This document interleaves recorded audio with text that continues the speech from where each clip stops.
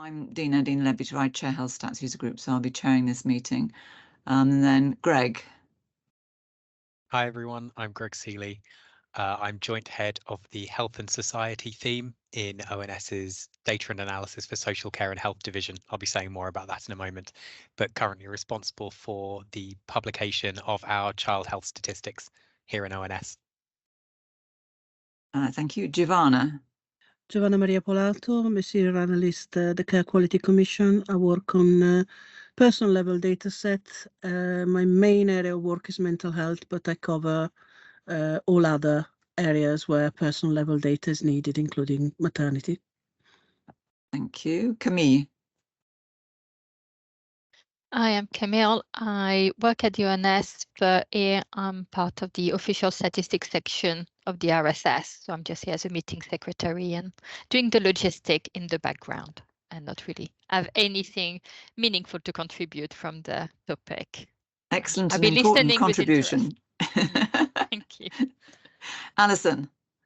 I'm Alison McFarlane, a researcher, a long-term user of maternity and birth statistics, a long-term collaborator with ONS and before that OPCS. Great. Richard. Richard Wilmer from Health Statistics User Group. So taking notes of today, so hope everyone will make good sense for me. Thank you very much. My knowledge of maternity is a little bit out of date. I think it was 20 years since I was responsible for maternity health, so I'm sure it's come on in leaps and bounds since then. Great, thanks. Chris. Hi there everyone, great to be here. I'm Chris Roebuck. I'm now joint statistics head of profession at NHS England, certainly in the interim, and following the merger between NHS Digital and NHS England, I've got a new portfolio which is somewhat, I think more focused is probably the euphemism for smaller, but I'm pleased that maternity statistics form part of my new portfolio, so very pleased to be here. And just to add, I do need to leave at about 3:45, so I'm keen for as much NHS England specific discussion to take place ahead of then. Yeah, great, thank you. And David.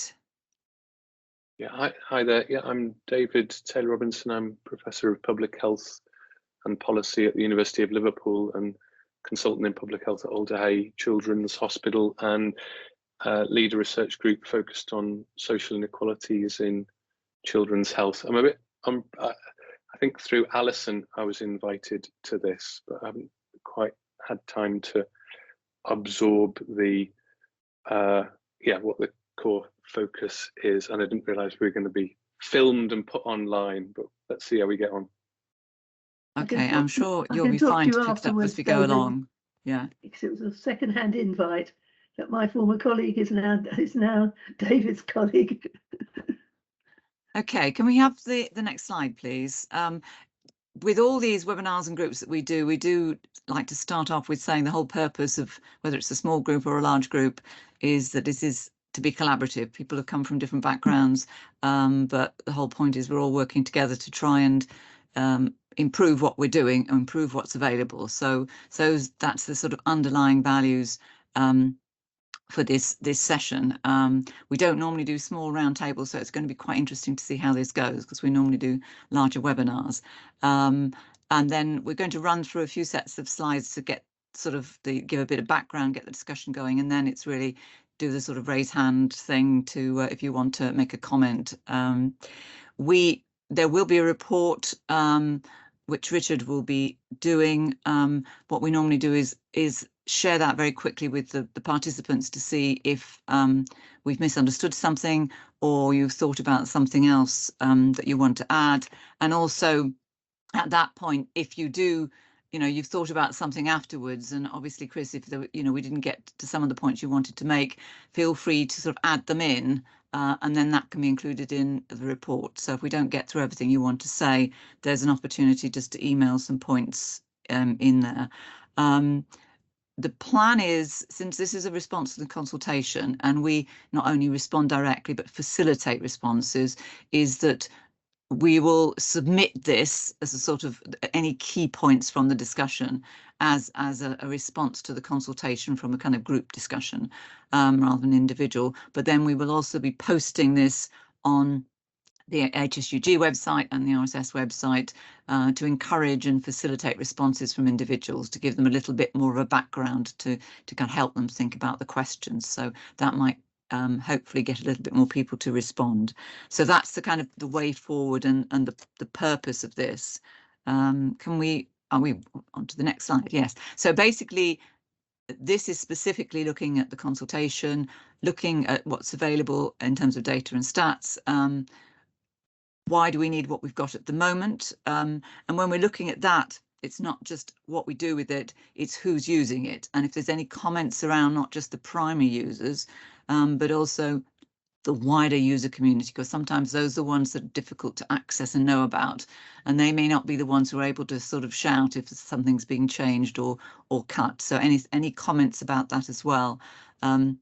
Clearly, where there are changes and cuts, what do we think is the impact? Is there any further work that that needs to be done? So that's the aim of what we're going to do. What's going to happen now is Alison's already got some thoughts that she will just present to get this discussion started, and then we'll come back to a slide which has got all the points on the consultation where there are proposed changes, whether it's cuts or amendments. So then we can go through those one by one to make sure we have picked up any responses there. But as well as going through that structured one, any other comments, because it may well be that there's really important things you think should be said in relation to maternity, child and reproductive health stats that doesn't seem to be represented in the consultation. So we don't want to close down the discussion, but we also want to make sure we have responded to all the questions. So now I'll just hand over to Alison, who's going to just raise a few points from her perspective, and then we'll come back and I'll guide you through the list of questions. Alison, over to you. Right, I just asked to make these points because on the list of outputs, they seem to be in somewhat random order, and I was wanting to bring together those which are related to each other. I'm sorry, I got one which is the data about births and infant mortality, how it was a linkage which had been developed over a number of years, that linkage of deaths to births was developed from 1975 onwards, and a key birth weight not recorded at birth registration. The key data item not recorded at birth registration was birth weight, and ways were found to capture that from the early 80s, but there was no simple way of capturing gestational age, which is equally key in interpreting infant mortality, until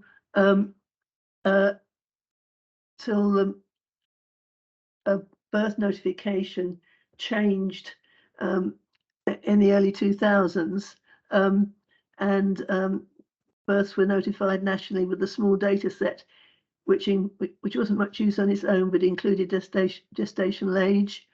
So in 2005, City University, that's us, got together with ONS and did a pilot linkage of birth notification to birth registration, and ONS mainstreamed it from 2006 onwards, and it's now an integral part of our national systems of birth and infant mortality statistics. And our next thing we wanted to link in was link in maternity heads to birth, because maternity has data about care of mothers and babies and morbidity, but no socio-demographic data worth having, whereas birth registration has quite a lot of socio-demographic data and is very complete because it's statutory. And we got funds to pilot that linkage, and Chris was a co-applicant, and we did that successfully. So we then went on to do a big project which involved the linkage from 2005 to 2014. And we did that to answer research questions about time of birth, but all the way, the aim was that this linkage should be for research and for national statistics. And so, having successfully done this big project, we attempted to get it mainstreamed, because trying to get national statistics from a project funded by research grants is not a sensible way of doing things. And first time we went back to ONS, we were told that this linkage was going to be in the integrated data service, and ONS was going to get it anyway. So there wasn't any need for them to collaborate with us. But that didn't seem to be happening. We applied for research funding, which we didn't get. We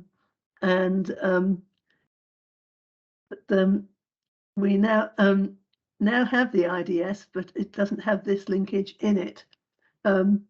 Meanwhile, the Great Ormond Street Institute of Child Health has taken our linkage further and linked to a lot of environmental variables, so that they do actually link HES and maternity HES to birth registration, but it's only available for research purposes, which means that, but the linkage is done by ONS, so I feel that it should be available to ONS staff to do the things that we need to do. And I've given two examples. This linkage, and the linkage of socio-demographic data to recorded at birth to maternity care is now, this linkage is now done in the other 3 home nations of the UK and virtually every other country in Europe except for Greece, who are usually the people who can't do anything. And 2 examples: Europeristat, which enables countries to compare their maternity data on a like-for-like basis, which we're always being told by ministers we should look to see what the rest of the what other similar countries are doing, but we don't actually have the data to enable us to play full part in Europeristat.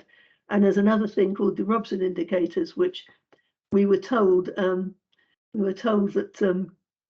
by the chief nursing officer, I think, that that DH is using the Robson indicators, but in fact they can't construct all the indicators. So if the question where we're asked about what improvements do we want, this improvement would be used to make it available more widely, not just in this rather magnificent there's 2 magnificent data sets held by the Great Ormond Street Institute for Child Health, which are great, but you have to get funding to get the data to use them. And if you're just wanting this linkage, it should be available much more widely for national statistics and for research, particularly as everyone else does it. So that's the background where I'm coming from. The next slide. Can we move on? Dina, do you We're want moving to on to the list now. Yes. Yeah, we'll move on to the list. Yes. Yeah. I just So, I mean, noticed there is a hand up from I can't see from Giovanna. So I don't know. Giovanna, the hand's up from Yeah. Giovanna. I just wanted to second the fact that as a regulator, we find it's quite frustrating that material is being made available only, for statistical and research purposes only, because it is very difficult to explain how we cannot use this for monitoring purposes when we're trying to look at how maternity services are working and to compare outcomes across the various services being provided. So I just wanted to second that and ask that should be considered, because it's just a really awkward conversation every time that we have to explain this. Yes. Well, thanks for saying that, and that we must put this in join our club. Just the question about maternity services data sets, it's only recently become sufficiently complete to be worth linking into birth registration, but there's no ideological reason, but it's nearly there now. Now, the things that are in the consultation, what's frustrating is that outputs which have got something in, that the outputs to be cut are listed in sort of jumbled order, and these three which are related to each other are separated by other things which are unrelated. So I just wanted to bring them together. The first cut, which is that there are two annual reports of one is the child health death cohort, in which the deaths in a year are divided by the births in a year. And of course, this is timely because you've got all the data by the end of the year in question, but it's also got considerable numerator denominator bias. So a key output is the birth cohort, which we only get for a year later, but this this divides, it looks at the deaths of babies born in a year in relation to the births in that year. So this gives, if we wanted to monitor trends over time, using data from the birth cohort is key. And there's already delayed just because of the fact you've got to wait for another year by definition. But if we're only going to be allowed it biannually, it's going to be even more untimely. So I think this is very damaging. Moving to the next on the list, unexplained deaths in infancy, which is a subset of the data from, I think, the birth cohort, possibly the death cohort. And that was set up, it has very specialist users. It was set up at a time when cot deaths were high on the political agenda, in response to insistent requests from the Foundation for the Study of Infant Deaths, which is now called the Lullaby Trust. Numbers of unexplained deaths are now very small, so the question is whether it needs a separate output, but it's important that the consultation gets onto the Lullaby Trust, and because they are the expert on this. Then the birth characteristics that report contains very important data about births by gestational age, by birth weight, but multiple births, and it also explains, if you look at it, the most recent one, there are a lot of explanations and clarifications, and I think just downgrading this to an Excel workbook, we would lose this, and people can misinterpret data. And one of the problems we have is that, as ONS is not as good at blowing its own trumpet as some other people, is people who could usefully make use of this data are unaware it exists. The worst story is that the Royal College of Obstetricians and Gynecologists suddenly discovered health inequalities, and they said there's no evidence about that there's any inequalities in the outcome of pregnancy. They know because they did a systematic review. In other words, they only looked at research articles, and then they did an analysis using which was really, really poor. But they got this published in the Lancet because the reviewers didn't know that they didn't know about other data which is available. One of the things I flag up with the birth characteristics output in the consultation mentions alternative formats things may be provided in, and that isn't very well explained, so you don't know what you're choosing. So anyway, I think I'll stop there with these because we're going to discuss them as we go through. So if we move on to this, we could come back to that when we get to that that's the second point. Yeah. So if we start with the list, and then we can come back to yours on that particular one. The FGM quarterly report is a freestanding report. I'll get onto it when we get there. Yeah. So what we wanted to do was to go through in terms of responding to consultation. So just to sort of pull that together is obviously the first bit that Alison was talking about in terms of the linkages. I think that could well come in the initial bit about explaining what you use and what would be beneficial, and it's not covered. So I think there is a question at the start of the consultation which enables us to put something like that in, because that doesn't really fit under the list of things that are suggested within the consultation. What we've now got is the points here where there are some proposed changes. So what we wanted to do is to kind of go through one by one to pick up any points that anyone wants to make about this. I mean, obviously, Alison started off on some of those. So child and infant mortality, this was this suggestion, reduced biannual death cohort data tables continue annually. Now, obviously, Alison has made some comments in that not very happy with that. Don't know other comments. David? Yeah, I mean, I strongly agree with Alison. It seems such a fundamental population health indicator, and what's the rationale to reduce it to biennial? Is this just to make life easier for ONS? I mean, it's incredibly important, published annually in most countries. It's a key issue at the moment with the trends that we're seeing in infant mortality. So I would hope to see that data continue to be produced annually. Yeah, thank you. Yeah, and with the explanations as well, because that is I will certainly be saying that. I mean, one of the things, obviously, in the consultation, it doesn't actually say why it thinks it could be reduced. So, I mean, obviously, clearly, the sort of view around the table so far is that this is a crucial bit of data, and so reducing to biannually would be a real problem. Giovanna? Yes, just agree that it would be a real problem, and I can only imagine that it is to do with the numbers being relatively small, but that does not mean that it needs to be reduced to a biennial.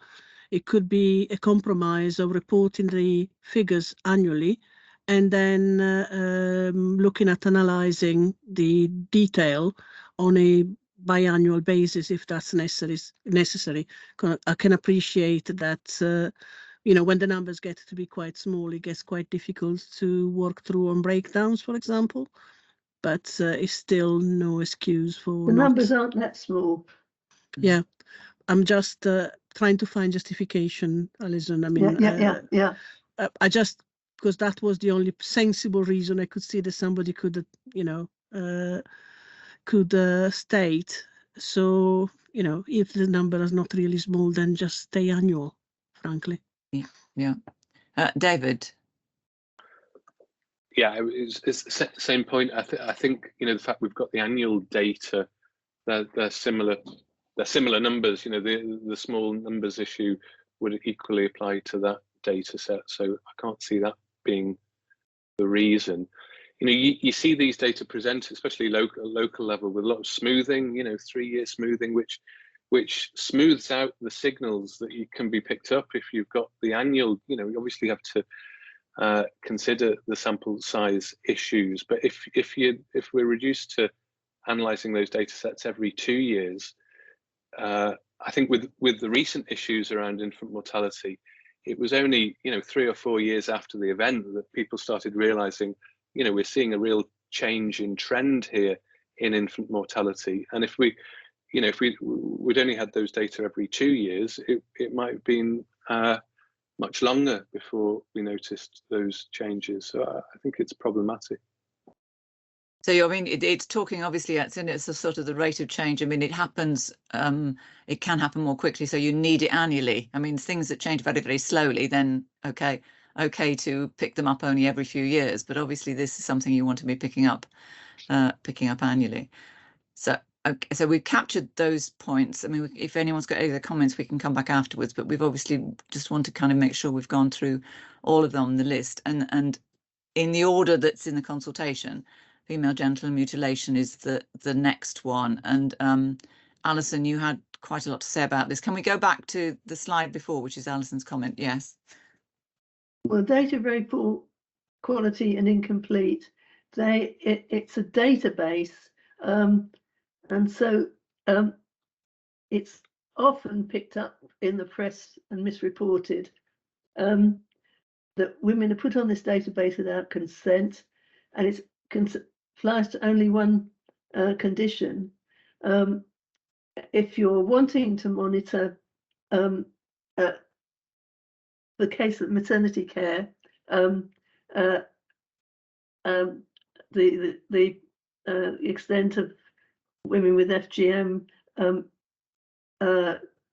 delivering in different hospitals, you could just do that with an ICD code like you do with other conditions, all the other conditions that are monitored through those data sets.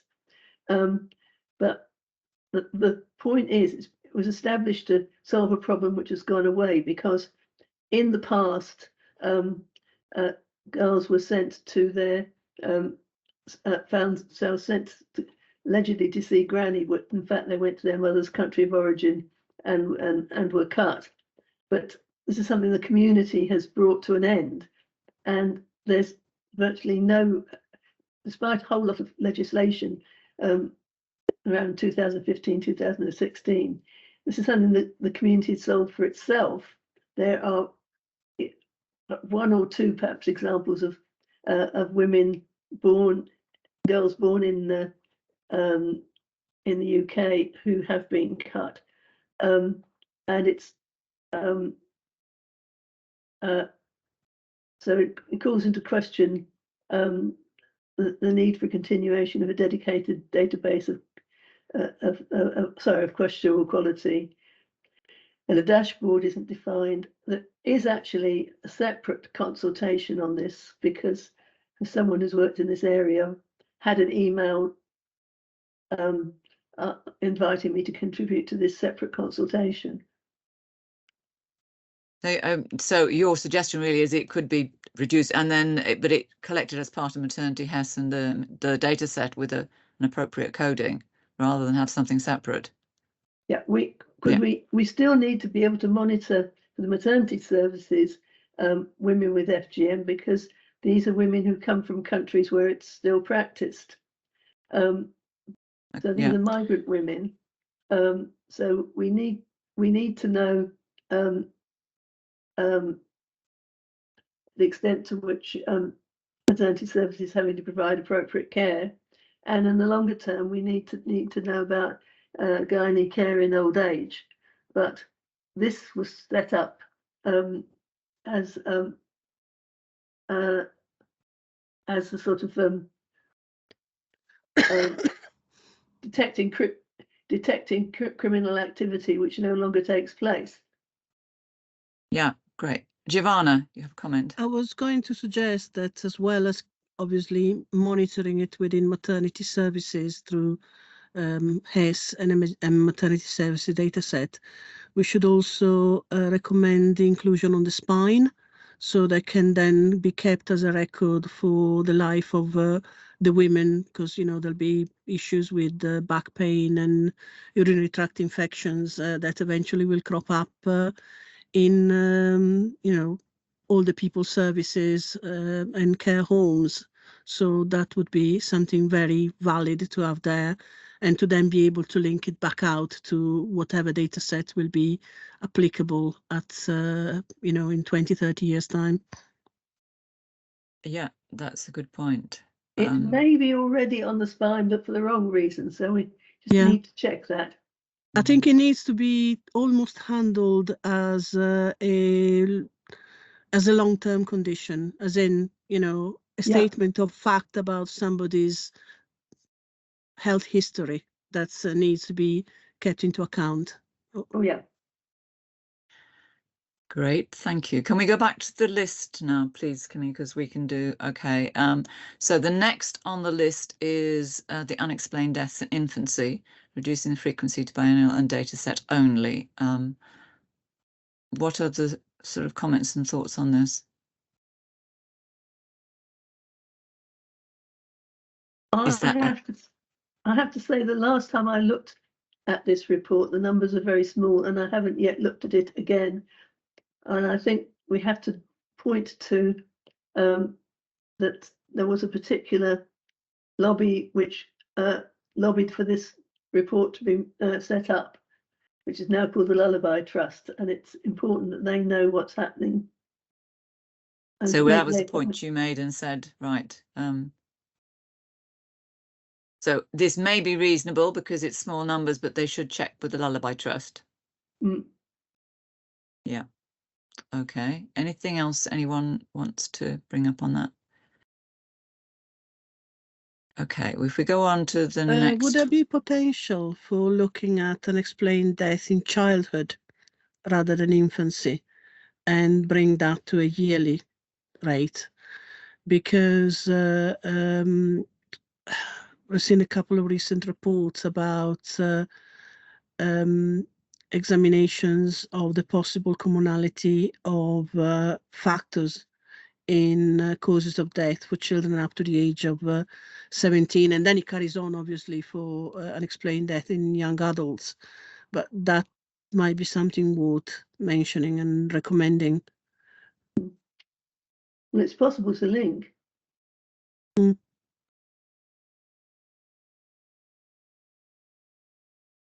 Okay, the question right. is the extent to which a detailed report is needed, but doesn't mean that we don't need this information.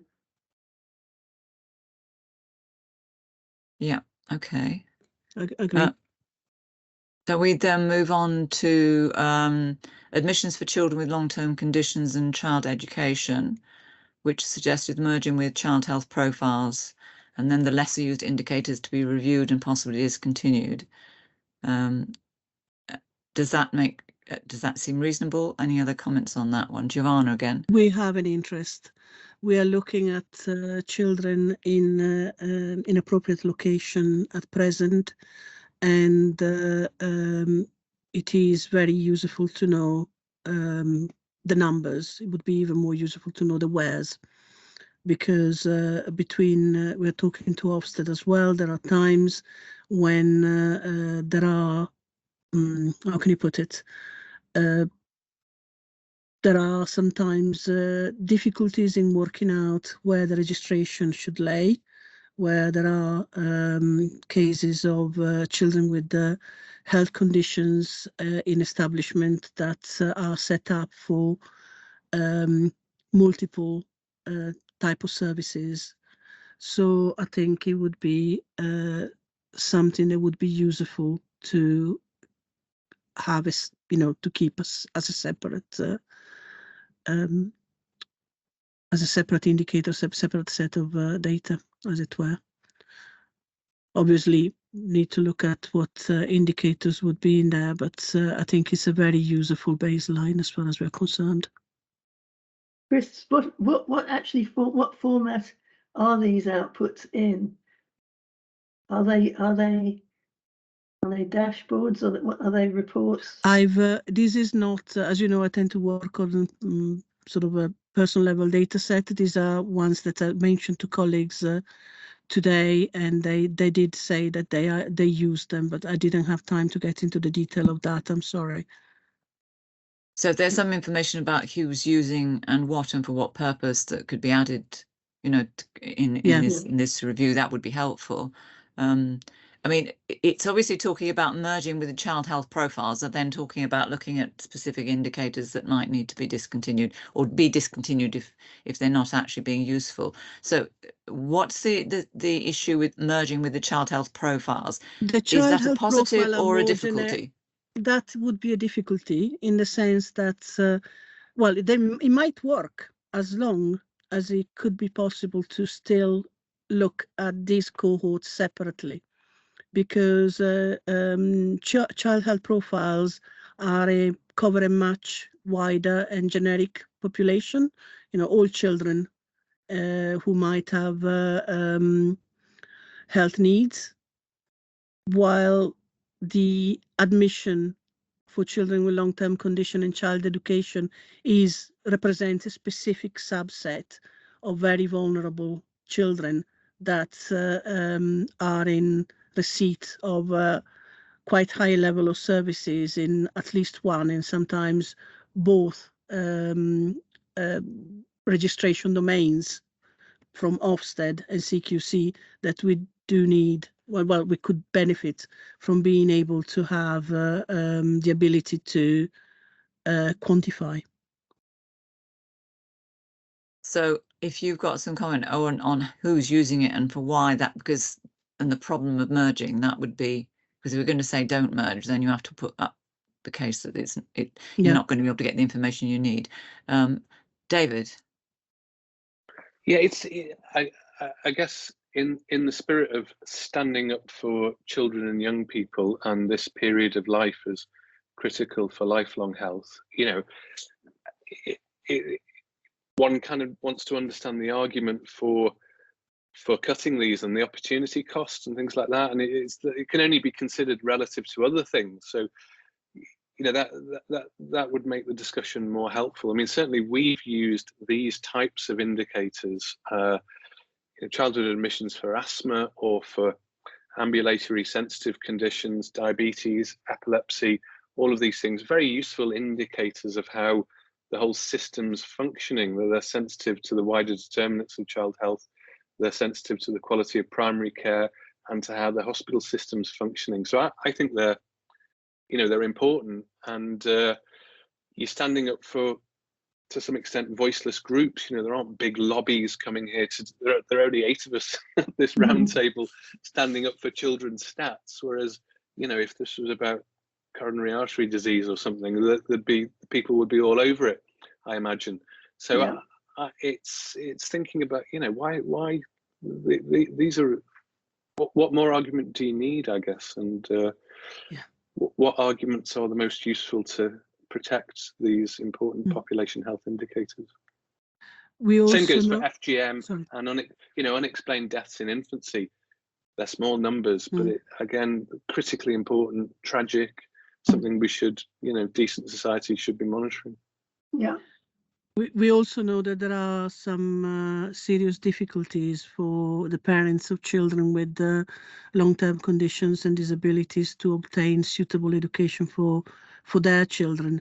So, again, very vulnerable groups. And we know that, for instance, Essex councils recently got into difficulties for not being quite as thorough in their support for parents when trying to obtain support for their children. So yes, these are children that are among the most, suffering some of the worst difficulties, and the least we can do is know where they are and what's happening to them. It does say, there's lesser use in, it talks about being reviewed. Now, if we're saying actually it would be really good to actually look at this area, review what indicators there are, what's being useful, who's using it, then that would be great, because this is it's a very important area. I mean, I was like a personal thing here in that both my niece and one of my very close friends are actually working in education for children with long-term conditions and challenging needs, and it is actually an important and under-resourced area, and it's very, very difficult.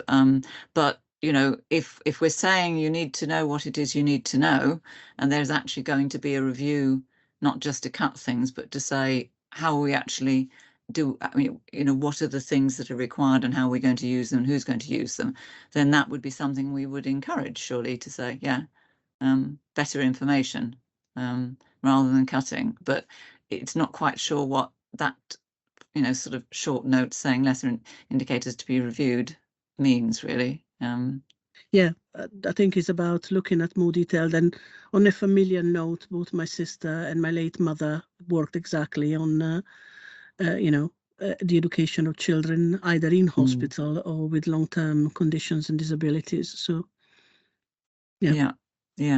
Okay. Right now, just before, we've got 3 more on the list, but I think Chris is just about to turn into a pumpkin, aren't you? Is there something that you wanted to bring up or say or comment before you disappear? Obviously, if you can email us if you've got thoughts on what we've said so far or what we haven't had a chance to discuss. Thanks. Well, I've come primarily as a producer, Dina, so it was really helpful getting the feedback both around FGM, female genital mutilation, and yeah, I agree. The current report doesn't add, or a commission to do it, it doesn't add a huge amount of value because of the data quality issues, and it's potentially many years after the cutting took place and kind of standalone. In theory, I think having it on other data sets would be useful. I'm not sure if there'd be any kind of information governance issues around capturing it and on kind of like potential unidentifiable records, but that's only something we can look into if we put in that feedback. And then also, yeah, I'd personally be really keen to link maternity services data set, which is now, as you described, Alison, over the last few years had a big upshot in quality, so it's now almost got the coverage of ONS births, and obviously doesn't include women who haven't come into contact with the NHS at all over their pregnancy, so kind of either in private healthcare or other means. So has got a lot richer and tracks the kind of end-to-end process from the woman making contact with pregnancy services through to hopefully the baby being born. So is a really rich data set, and yeah, I'd be really keen to link that to ONS births. The challenge that we have, as we all have, is that I'm so keen to do so much stuff, but resources are reducing in terms of not being able to keep on agency staff that we were able to keep on. So it is quite tight prioritisation considerations, and our primary focus is around servicing the NHS England programme, which was led by Matthew Jolly and now Donald Peebles. So focusing on those priority areas, but I think linking those data sets is something I've wanted to do for a while. So it's a question around prioritisation, but I think it would be useful also to get that feedback in as well. So yes, I look forward to receiving. Meanwhile, HES is linked, so to capture work that's already done while you try and make the case to get MSDS linked, because yes. So, Yeah. I mean, I think, you know, before you go, I mean, in terms of the consultation, I mean, some of the points we've raised was saying that we are hoping that I know it's you know, resource constraints, and you're obviously wanting to make some savings, but we're hoping that taking the time to give the context, to make comments, is going to be taken on board, and it's not just a cuts exercise.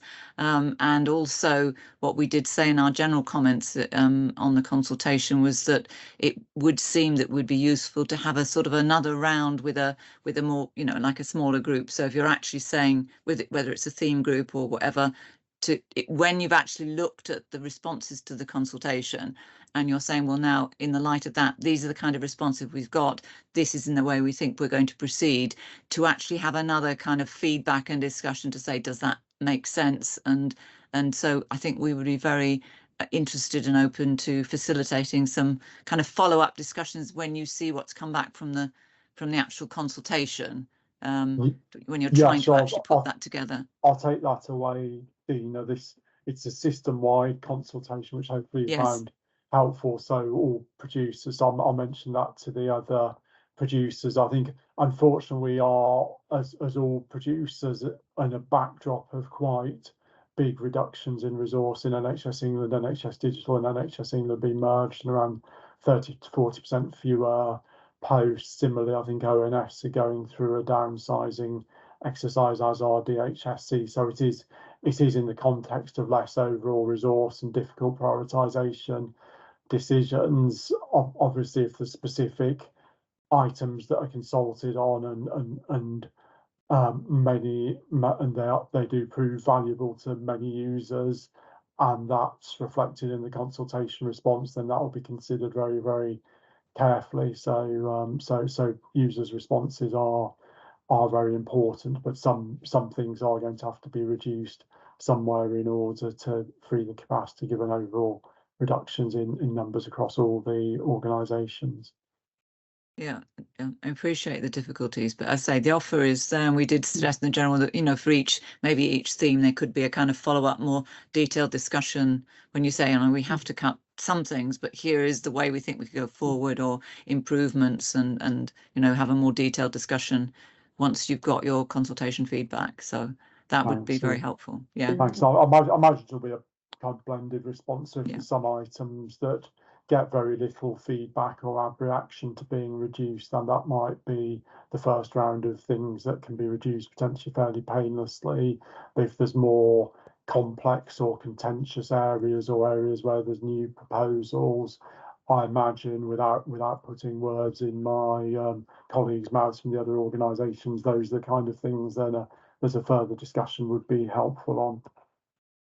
Great. Okay. Well, thanks for joining us so far. So we'll now press on with the few more on this. But you will always be able to see the notes and you know, from this, if you want to see what's been said on the later ones as well. That's brilliant. Yeah. That's really helpful. Okay, Thank you very much indeed. Have a good weekend, everyone. Bye. Thanks. Yeah. Bye. Okay. Greg, you have a comment at this point. Thank you. Yeah, I did just want to jump on Chris's mention of some of the context there. I think it is important to consider, especially after there have been comments in this roundtable so far about what are the opportunity costs and the other things we'll be working on instead. I think whether we like it or not, this context of the resource cuts that NHS Digital and ONS and likely other stats producers who were involved in the consultation are facing is definitely relevant, but that doesn't have to be the whole picture, at least. So there are a few proposals here which clearly the conversation so far has shown aren't necessarily popular, but I think there are still opportunities for us to improve the publications that exist and produce them in a way which is clearer for people, especially that wider user community, the less expert user community who don't necessarily know about the full suite of child health publications by ONS or any other one organization here, and probably don't know that all of these that are on this current slide on screen exist. I think there are definitely, oops, sorry, I think we're having a fire drill here. Oh, no. Does that mean you have to leave? It'll just, I won't need to leave, but I will need to mute for a moment. So come back to me in just a sec. Oh, come back to you. Right. Okay. Well, we'll move on then, because now the next was the birth characteristics in England and Wales. I didn't quite understand what was proposed here, but I'm not familiar with this. So comments and thoughts on priority tables moved to births, data set only, stopping bulletin. So no bulletin, but will include births by parents characteristics. So thoughts on that proposal, those who actually understand. It's not clear what's considered to be priorities, because there's another report, births in England and Wales, but the fact that in the bulletin there's a lot of explanatory matter, and I mean, some of it is the aftermath of COVID and the closing of register offices and what data sets are being used, but it's quite detailed stuff. And if you don't have, you can start thinking you've found some wonderful new effect when in fact it's just changing coding or so on. And also we're trying to get people to make better use of what you produce, which I think is very important.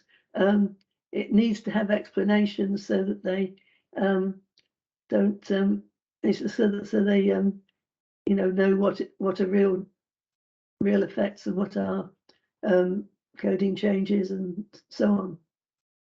Oh, you're saying we don't really know what this means in terms of priority tables? We don't know which are priority tables and what a data set is. Is it just a Excel spreadsheet or Excel workbook? And I think people need a bit more signage than you just get in an Excel workbook. Yes, that I would certainly agree with that generally, isn't it? A general point. And these are stuff about health inequalities, so that's important. Yeah. Greg. Hello, this fire alarm hasn't actually happened yet. So odds are, of course, because I've unmuted again, it's going to happen in just a moment. But I did just want to confirm that, yeah, when we say data set only, the proposal there is for the Excel workbook and not the accompanying written bulletin that we normally have, which doesn't sound popular from what's just been said, but I just wanted to confirm that is what's meant by it. Right. Okay. So is there a difference between kind of like a bulletin which describes it or and explanatory information? So there's sort of data set with kind of, you know, supporting explanatory information so you understand the data set, which is sort of not a full bulletin. Are you losing everything or just giving data? If it were data set only, then the data tables would appear in the same format they currently do, where we do have notes tabs and information for interpretation within the Excel workbook. But in that proposal, we wouldn't have the accompanying ONS article, which would tell you the main findings and give you some of that context as to what is driving some of the trends, or indeed, as has just been mentioned, the non-trends where something looks like it's an interesting quirk in the data, but is actually due to a methodological change. There could be mention of that in the notes in the Excel workbook. Okay. Yeah. Right. Okay, nothing else to say on that. And actually, sorry, I just noticed that Sharon joined us, but not when we went around the first. Actually, so welcome, Sharon. David, you've got a comment. Yeah, I mean, it's just the same point as before. The narratives and the interpretation of the data that come with those birth characteristic data sets seem incredibly informative and important for the public. I'm just looking at I'll post the figure 4 here, which shows the stark and rising ethnic differences in stillbirth that are included in that data description. So, you know, it's very important public facing data that otherwise is buried and only gets used by academics in papers that nobody reads. So I think all of those narratives for something as fundamental as births in a country are very helpful and important. And again, it goes back to the opportunity cost of not doing that. You know, give us something to weigh that up against, so that we can have an informed decision rather than just having to defend cuts to reporting on data for children. Yeah, it seems it's kind of a little worrying. It's sort of like just saying, oh, we're going to stop any commentary because that's what people need to understand things. But if there's a way of, I mean, but putting commentary is obviously a very expensive, you know, it's very time consuming, isn't it? So whether there's a kind of another way of reducing the workload or doing some slightly different sorts of, I mean, I don't know. I mean, does it need a little bit more thought in how you make it a less onerous but still sufficient explanation so that people can understand the data? I mean, I think that, I mean, I don't know, but I think that's the sort of the challenge, because if you just have the data out there and it won't be understood by most of the users, that's sort of a problem, isn't it? But I mean, yeah. it's pretty boilerplate stuff. It's, you know, it's the same narrative with new data and commenting on trends. It's not, you know, once you've done it once, it seems like it's just a matter of adding in the new data and changing the text slightly. So it's not, yeah, I mean, I'm sure it's easy to say that at this end, but it's not like you're having to rewrite, reconceptualize the whole description of the data every year. Okay, right, Giovanna. I agree there. It's about, you know, you can almost write a report simply as a set of statements about, you know, race being higher in a particular ethnic group versus, you know, the scale of descending scale of the others, and you know, quick links to trends and so on. in an almost automated fashion. It does not take an enormous amount of analytical power to just report on this is what happened and this is what has changed. If one is not trying to draw conclusions, but just report, it's not a terribly cumbersome affair, as it were. So I think we're sort of trying to suggest sort of something around, which is maybe a halfway house, which is sort of some automated commentary, which isn't so onerous. So not a full analysis, full bulletin, but some automated commentary that is helpful to those people who look at numbers and go completely blank. So, you know, because that a lot of users, so you might say if it's automated, well, you don't, you know, it's a waste of time. But actually, a lot of people will understand from the words, but the numbers data just really turns them right off. So if there's a way of looking at that sort of commentary as opposed to a full analytical bulletin, then that might be a kind of halfway measure that would save money, but it still provide some commentary. So I think that might be a suggestion. Yeah. Yeah, it's about understanding that not everybody can just live with the numbers, as you just said, and it's not even commentary; it's just statements. It's just it's just a stated set of statement explaining what they're looking at. Yeah, yeah. Okay, and I mean, that sort of general comment could apply to several other areas where it's trying to make savings. To say, could there be this slightly kind of halfway house of, a statement that would be helpful. Okay, the next we've got breastfeeding at 6 to 8 weeks and child development outcomes at 2 to 2.5 years. Then this is changing the data source and reducing to annual frequency. So any thoughts on that, or is that reasonable? Giovanna again, yeah. Apologies, sorry. Is reasonable. I would also, however, like to have a quick understanding which could be achieved by presenting, say, a couple of years of calculations on the parallels. So looking at CSDS versus the current data source for the last 2 years, and see what what the change is and how close they got to each other. Mostly because I know how long it took for, say, the mental health services data set to get to a decent level with things like out of area placements and a couple of similar affairs. So, I trust that CSDS is much better than it used to be, but it would be good to have evidence. Yeah, that's helpful. Also, if then CSDS works, we know that we can, for those of us who want to request access to the data set itself, it can be calculated more frequently, but just need to have evidence of that. Yeah, great. Alison. I'll just point out there's a double standard, because it says somewhere that a whole lot of things are being moved to being quarterly from being annual. And that's already decided it's not going to be consulted on. And here we've got it something being reduced to annual.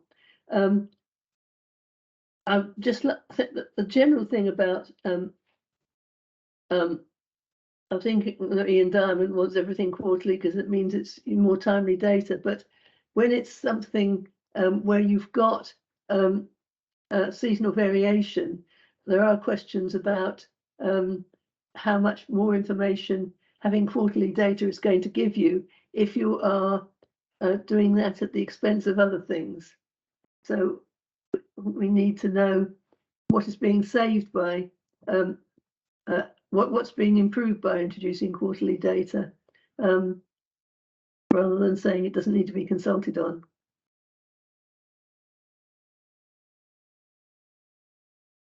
Okay, right.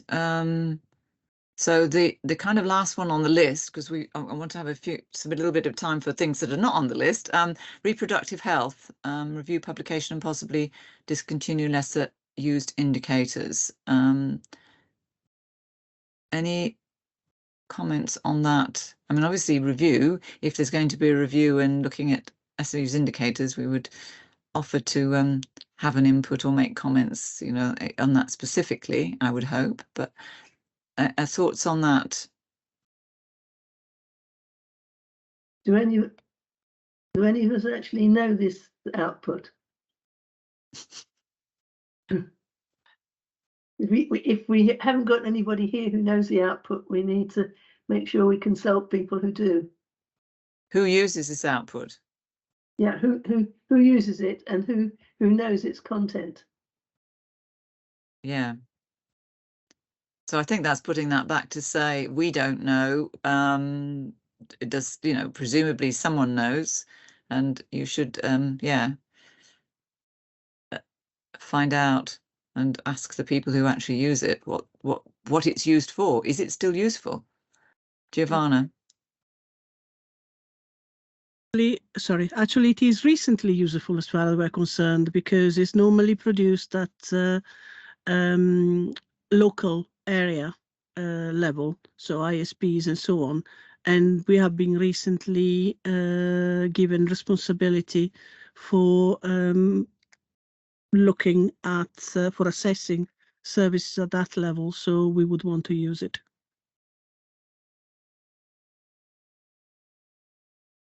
Okay, thank you. Now we've gone through kind of trying to respond to the proposals there, and obviously Alison at the beginning was highlighting something that needs to, hopefully will be included, so that would be kind of response to the first general question. Are there other things that need to be picked up in this consultation that people want to comment on, or other thoughts on the list of ones that propose changes? Is there something else that needs to be included in a response?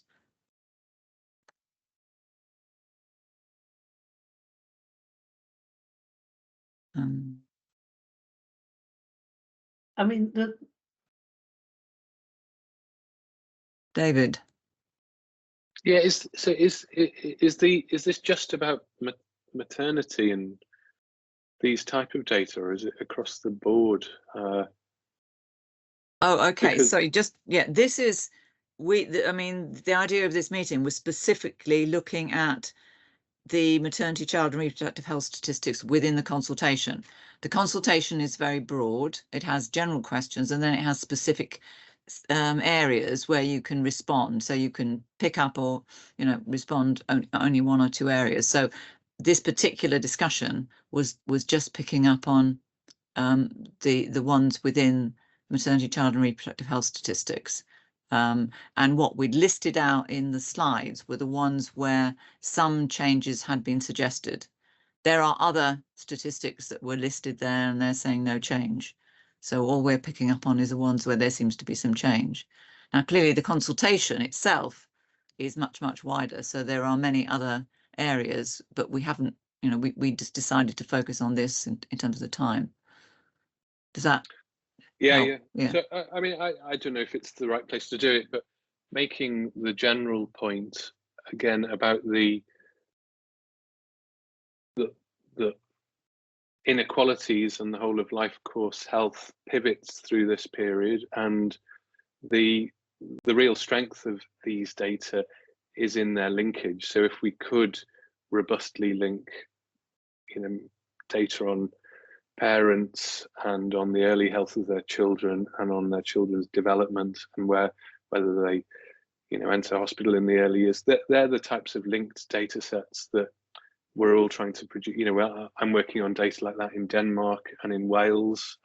It's quite hard to do in England. We've got eChild and things like that. But if we had those data, if we had those types of spines of data linked at individual level, then you're in business in terms of evaluating the impact of policies and early years hubs. And so I've been in a number of discussions about, you know, family hubs and how do we evaluate the impact of the rollout of those. And, you know, there's widespread agreement that you need to look at a spine of longitudinal data that links maternity data and data on early life, perinatal outcomes, and data on children's development. And at the moment, it's very difficult to get that in England unless you go through a huge research process, but that could be facilitated by ONS, and it's the type of thing that's done by Stats Denmark that I work with. I mean, there is one of the topic thing. areas is health inequalities within the consultation. I haven't looked at it in detail, so I don't know what's covered there. But obviously, you know, when you're looking at it topic by topic, you might miss out some of the linkage issues. Giovanna? I think that was part of the reason that the maternity services data set and the community services data set, which includes child health, were built the way that they are, because that is the only place where you have a linkage, you know, the connection between mother and child being made. And yes, sadly, that was supposed to have been running since about 2009-10, and it started running much later. But it is now running. You can link mother and child through Maternity Has and the birth record. So you can theoretically through the birth record and the delivery record, but you have to do the linkage, you have to get the funding, all the permissions, which takes forever.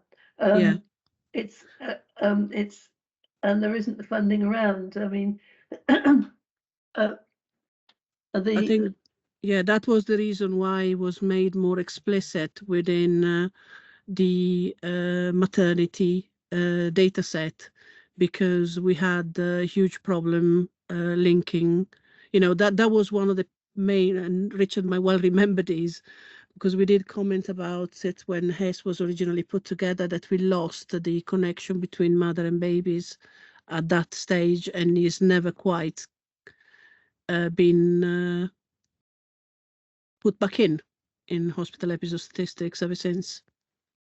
You know, familial, we've been just asked about parental responsibility in mental health recently, and for that we had to put in an explicit data item within the data set a few years back, because it's impossible to link families.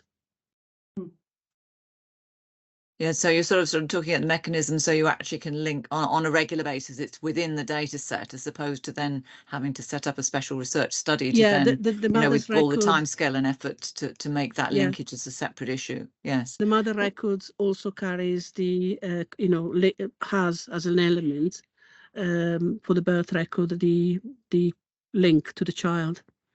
Yeah, yeah. David?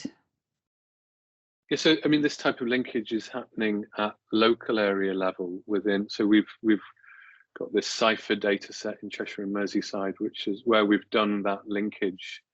I've never quite understood why we haven't managed to do that systematically in England. You know, through something like the ONS. It's because it's eminently feasible. But it seems like there's a lot of effort at local area level linked to integrated care systems, where people are, you know, it's kind of everybody's doing their own thing, and we'll all end up with something slightly different across the country, whereas it has been systematically done in the devolved nations. Mm-hmm.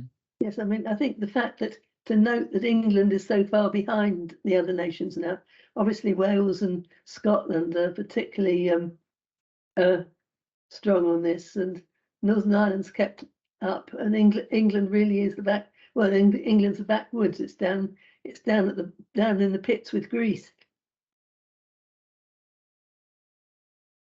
And the fact that this, and you know, if you're trying to get funding, you're competing with something completely different. I mean, the funding I didn't get for mainstreaming the linkage, I was competing with classic social sciences, and you know, on a committee. Had the people that thought that link, you know, that our proposals were great and linkage is what they want, and others who couldn't even understand what we were doing, you know, wanted some classic social science because research. And you can imagine both amongst the reviewers and the committee, they were slogging it out, and unfortunately we were the losers. Not us personally, but that there is a sort of belief that administrative data is useless. Okay, and a well, lack of understanding. I mean, there was, for example, I mean, I haven't heard the great pronouncement about population data, but there was a whole, when quite a lot of us responded to the consultation about population data, we said, well, that the new administrative data that work that had been done since 2011 had made in some areas which was much better than having the census, but in other areas where you wanted particular data, it was not as good. But there was a big petition got up, oh dear, the Kent census might be abolished, and it's so much better than the administrative data, that they hadn't got the point. That there's things you do for different reasons. Right, now we're trying to sort of wrap. We've got another just like 5 minutes or so, and we will need to wrap this up. I mean, so thank you very, very much for comments so far. I would just like to just a couple of things to say. Richard, is there anything, I mean, you're busy note taking there. Is there anything you wanted to sort of pick up on yourself, or just clarify with that you're not sure about, that you wanted to sort of raise at this point, in case any brief explanation now would help? Nothing particular, thanks. I think my thought was, well, I'd obviously try and put something together and set all this out and then circulate for comment. And if people can particularly look at, the cases for doing things and the cases for keeping things, and indeed more things come to all our minds afterwards, then there's an opportunity to feed those in afterwards, but nothing else at the moment, thanks. I was rather interested of, just as a bit of an aside, of all the talk about reducing publications and just going to data sets, which was exactly a thing we were told many years ago when we were asked, well, what could, we went round and said, well, what could we reduce? And everybody said publications and that sort of thing. And then you found out actually those are the things people go to get the figures quickly. And if those publications aren't there, people can't get their hands on figures quickly, and that ends up with more work for the statisticians quite often to get them all together. So they really are very important, the main publications on things, I think. Yeah, I think that is from history. For those of you who don't know Richard, he was chief statistician at the Department of Health before he escaped. Yeah, I escaped in 2008, and I did that for about 4 years. And before that, I was involved with HES for a number of years. So it's often interesting to hear these points. Yeah. A question for David. Did you know that this consultation was on? I did, but I hadn't had time to properly engage, which is not great. So thank you for that's prompting me to get involved. Yes, and I think one of the points that we were trying to make, and Richard just posted something to say, I mean, you look at it and you go, daunting, I think is the word we're describing about it, because it is huge, but you don't have to answer everything. So you can look at it, you look at the lists and say, oh, maybe I'm interested in health inequalities and maternity. I can just pop in and have a look at those and make comments on those. You don't have to go through the whole document. So and if the links are there, we've posted this on the Health Stats User Group webpage. If we can share the links. It's if you want to look at it a bit further. But getting the news out to people is always a bit of a challenge. So that's one thing we try and do. Question for Greg. Are there also going to be cuts in economic statistics, or are they going to expand again? I can't comment on whether they will expand again, but I understand that health is not going to be the only area of ONS affected by this current situation, but different areas are experiencing their own personal restructures on different timescales, and health statistics has been one of the first. So there may be changes in the future. I couldn't possibly comment on whether they will expand again. No, right. No, it's just in the past we know that that we were being consulted on cuts in birth and health statistics. Well, there was a big advice. I forget who was it. Charlie, what's his name, was advising how to spend lots more money on economic statistics. So, Right. But the more we can do these sort of things to actually show how things are useful and how they're used, which is what Richard was saying in his comments, is that if you've got evidence of this is what it's used for and who uses it, then that's obviously the strength to say that's the value. Richard, have you want something else you wanted to? Yeah, it was only maybe something you're coming on to, Dina, in the wrapping up is if the people here have got their own networks of users, then it will be good to go to them as far as possible to say, please respond, so that there is this wide response from a number of areas. And we'll be posting it on the website, but we're not sure that the nature of the way the website's set up, we're not sure how many users we've got there, and in particular how many may be in the maternity area. So if you who have specific interests in the area know of a lot of people who may be interested, then please alert them to the consultation. Yeah, and obviously alert them to the fact we're going to put a sort of note up, which isn't the final, it's not the final answer. It's hopefully to prompt some thinking, because sometimes when somebody starts to make comments, it prompts further thinking. So this is something we hope can be shared on people's networks. David. Yeah, it's, you know, if I'm sure you all saw the Academy of Medical Sciences report that was out this week and on the Today Show on Monday morning, but you know, it highlighted the adverse trends in this area caused by cuts to services and rising child poverty, etc. And yeah, it seems bizarre that we're also cutting the quality of the data that can monitor these trends. That report makes very strong recommendations about better data, especially, you know, related to some of the things that we've been discussing. So it seems counter to the direction of travel and what was suggested by this very esteemed group. Yes, I saw that. I mean, have you got a link that we could include in the report, you know, as referenced by the, because I just sort of saw that on the news rather than. Yeah, it's in, I put it in the chat already. Oh, have you? Okay, sorry. Yeah. Camille will actually pick up the chat and circulate it with the notes as well. So that's great. Yeah.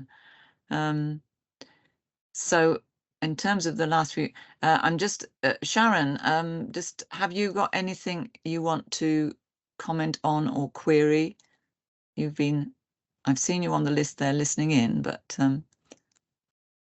yeah, hiya. So I work with Chris Roebuck, so mainly sort of working on the maternity services data set. So I'm quite newish to the area, so sort of, yeah, still sort of learning and picking things up. But yeah, it's been interesting to hear people's views on the consultation today. well, pleased you could join us. So yeah, this is, you know, and hopefully, as I said, we could arrange this. Doing this sort of thing is quite quick and easy to arrange rather than, you know, sort of full webinar. So if you're wanting to sort of bounce a few ideas around, you know, it's not the sort of total picture because there's many other people using the data, but sometimes these sorts of exchange of ideas, you know, is helpful. Yeah. Okay. So if there's no other comments or thoughts, I think I'll sort of bring this to a close because I know that Camille has got to go to another meeting and she's got to, you know, sort of she's hosting and has got to wrap this up and copy the chat and do the necessary bits and pieces. So I think say thank you very much for attending at such short notice and for all the comments and hopefully you'll be able to respond to whatever Richard sends out, which we'll be doing fairly quickly. And if you've got any other thoughts, email that in and then we will be sharing it more widely. And then hopefully that is useful in the consideration. But we do recognise there is a challenging job for those people who are having to try and see how you can make savings without reducing the, you know, the quality and the content of what you do. So particularly in restructuring, so people are new in post and just getting into things, the first thing they've got to do is work out how to cut them. yeah, yes, life's challenges. So great. Well, thank you very much, everybody, for attending, and have a good weekend. And thanks to Camille for setting this up. Okay, so thanks. Bye for now. Thank you. Bye. Thanks, Thank you Alan. very much, Bye. everyone. Thank you.